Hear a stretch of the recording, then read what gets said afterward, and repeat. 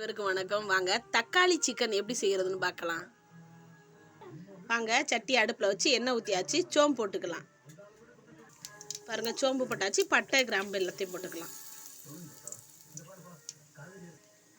வெங்காயம் போட்டுக்கலாம்.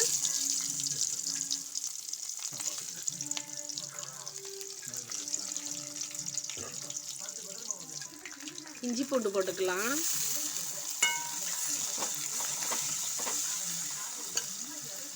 மஞ்சத்தூள் போடலாம்.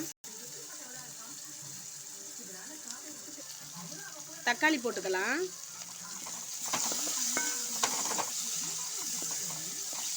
தக்காளி வதங்க லைட்டாக கொஞ்சம் உப்பு சேர்த்துக்கலாம். பாருங்கள், தக்காளி போட்டு நல்லா வதங்கிருச்சு. இப்போ தக்காளி சிக்கனுக்கு வந்து பச்சை மிளகாய் கூட சேர்த்துக்கிட்டு லைட்டாக மிளகாய் பொடி மட்டும் சேர்த்துக்கிட்டோம்னா சூப்பராக இருக்கும் தக்காளி சிக்கன். பாருங்கள், சிக்கனை போட்டுக்கலாம். பாருங்கள், மிளகாய் பொடி போட்டாச்சு. சுவையான தக்காளி சிக்கன் ரெடி ஆகிட்டு இருக்கு. வாங்க சாப்பிடலாம்.